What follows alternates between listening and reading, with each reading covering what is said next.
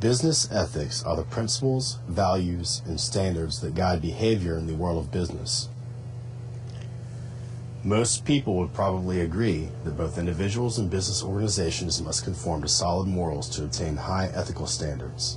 However, businesses face more complicated ethical issues than individual members of society. Businesses must make a profit to survive, and they have a fiduciary responsibility to their shareholders to maximize profits to increase the value of the company. The more profit a business earns, the longer the life of the business will be. However, if a business earns profits in a manner that is considered to be unethical, the life of the business can be shortened, such as the case with Enron and Lehman Brothers. Businesses must balance their goals of maximizing profits with the needs and demands of society. Many businesses have failed due to financial and legal repercussions resulting from their poor business ethics. It is essential for businesses to maintain a healthy balance, which often requires compromising profits for the needs and demands of society. Business ethics involve a large range of ethical dilemmas and decisions made by business organizations and stakeholders. Organizations often need to make business ethics decisions balancing their goal of profit maximization with non-economic issues such as environmental and social concerns. Employees also face business ethics dilemmas such as choosing whether or not to accept a bribe or gift from a potential supplier, or choosing whether or not to be a whistleblower over perceived unethical business practices. To help guide employees, most large companies have a code of conduct listing rules of what is expected by the company. Sometimes what is considered unethical in one country may be customary among business people in another. An example of this would be gift giving in Japan, where in America, gift giving is generally associated with bribery. Since business ethics are made up of principles and values, we will define them the best we can. Principles are very specific, universal, and absolute boundaries that rule the conduct and behavior of society. Rules are often based off of principles. Examples of principles include freedom of speech, equal opportunity, and equal rights to civil liberties. Values are a belief among a person, culture, or organization of what is right or wrong. Values are used to develop social norms of behavior and are enforced with society as society develops a general consensus of values and what behavior is considered right or wrong. Examples of values are integrity, accountability, and trust. Employees, employers, legal entities, investors, and the community in general determine whether an action is considered right or wrong. Although their determinations are not always right, they do have a great influence over society's acceptance of business behavior and activities. Studying business ethics. The study of business ethics is very important for many reasons. After many incidents involving unethical behavior in business, it has become apparent that the need for better understanding of what is considered right or wrong in the world of business. A person's upbringing, morals, and personal experience may not always suffice when they are faced with ethical dilemmas in business. By studying business ethics, individuals can have a better understanding of the factors that lead to business ethic issues and be aware of ways to approach and resolve them. Business ethics in the 1960s. Business ethics used to be looked at from a religious point of view until the 1960s, when an anti-business attitude began to emerge. During the 1960s, society began to recognize just how powerful the influence of large companies had become. During the 1960s, large ecological problems grew rapidly, such as pollution, improper disposal of toxic waste, and mismanagement of environmental resources. The 1960s also experienced the rise of consumerism as individuals, groups, and other organizations fought to protect their rights as consumers. In 1962, President John F. Kennedy delivered a special message on protecting consumer interests, where he outlined the basic rights of consumers. President Kennedy outlined 4 basic rights in his speech: the right to be informed, the right to safety, the right to choose, and the right to be heard. The 4 basic consumer rights that President Kennedy expressed in his speech are known as the Consumer's Bill of Rights. The modern consumerism movement is believed by many to have began when Ralph Nader published Unsafe at Any Speed, where he criticized the auto industry, particularly General Motors, for putting profits above the safety of their consumers. The Corvair, a car produced by GM, was the primary target of Nader's attack.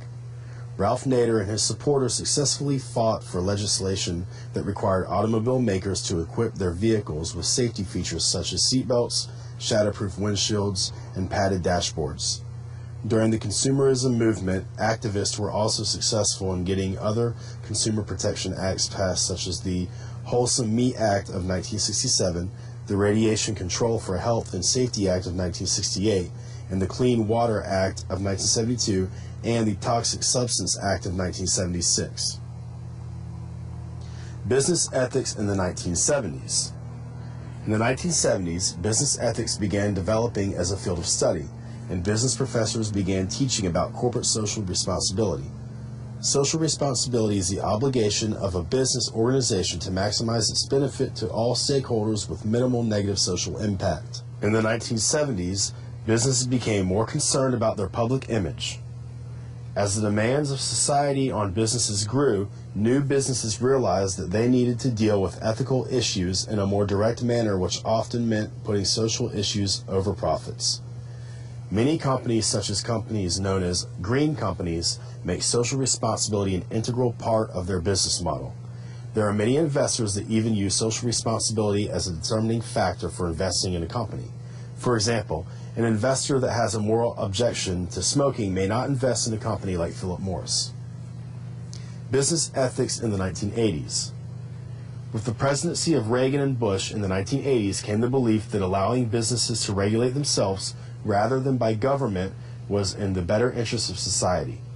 Government regulations, trade tariffs, and barriers were lifted rapidly, changing the rules of business. In the 1980s, the Defense Industry Initiative on Business Ethics and Conduct, also known as the DII, was developed. The Defense Industry Initiative on Business Ethics and Conduct is an organization designed to guide corporate support for ethical business behavior. The organization was developed in 1986 when 18 defense contractors outlined principles to guide business ethics and behavior. The organization now consists of nearly 50 members, including major defense contractors including Lockheed Martin, SAIC, and BAE Systems. The DII established a method for discussion of acceptable business activities to link together organizations' business practices and policies for ethical compliance. The DII consists of 6 principles. First, the DII supports codes of conduct which must be clear and provide details on substantive issues of concern. Second, companies that are members of the DII must provide training in business ethics and maintain continuous support between training periods.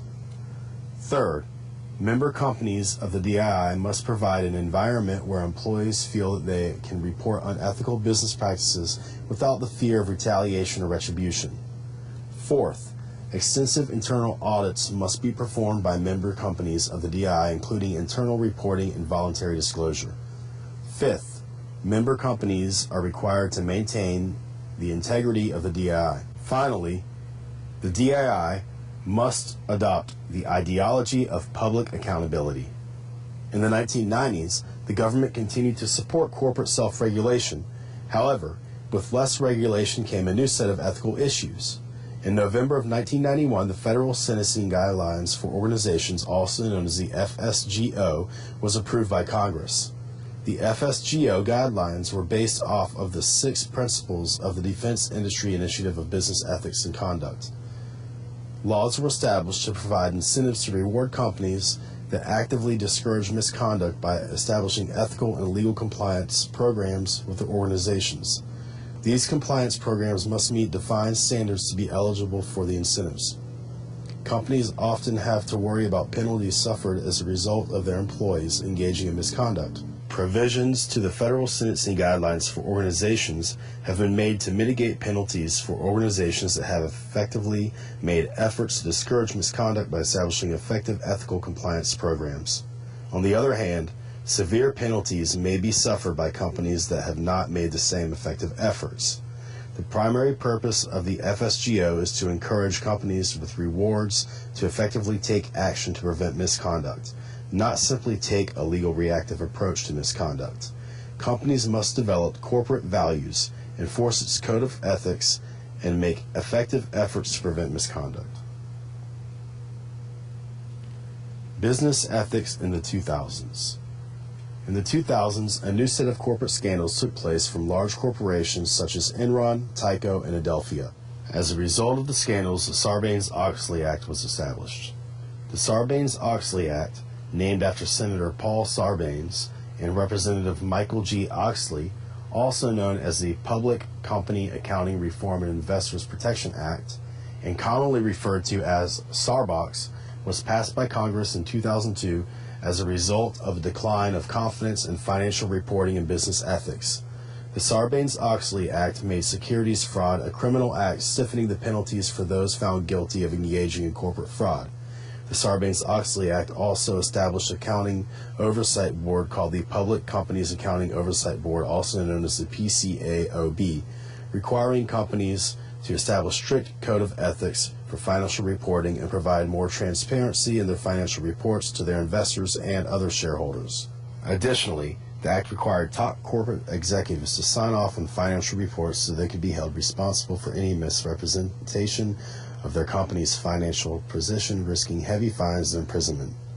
They must declare that the financial statements are accurate and that nothing has been omitted, and that they are responsible for internal controls. Management must also list any deficiencies with the internal controls. Finally, the Sarbanes-Oxley Act requires corporate executives to immediately disclose any stock sales and prohibits managers from taking loans from the company. Although Starbucks has made investing in companies safer, it also adds expenses which ultimately come out of the shareholders' value. The average cost for companies to comply with the SEC was $4.51 million in 2004, but fell to around $2.92 million in 2006. These added expenses have caused a number of companies to delist or go dark their shares from the New York Stock Exchange in order to avoid the added expense. Currently, the trend is moving away from government control over business ethics towards cultural efforts that make good business principles and values a core part of a company's corporate culture, with an ethical component known as ethical culture. In businesses, ethical culture is the component of the corporate culture that relates to principles, values, and beliefs of what is considered to be normal, acceptable behavior. The ethical culture is the established patterns and decision-making processes used by employees when faced with ethical issues. The goal of any company is to establish an ethical culture that minimizes the need to enforce rule compliance and to maximize the use of ethical guidelines and principles among employees. A company that establishes a good ethical culture creates values that are shared, supported, and promoted by employees and top executives. Research has shown that companies that create a positive ethical relationship among its employees, customers, investors, and society experience increased operational efficiency, employee loyalty, willingness to invest from investors, customer satisfaction, and ultimately increased financial performance.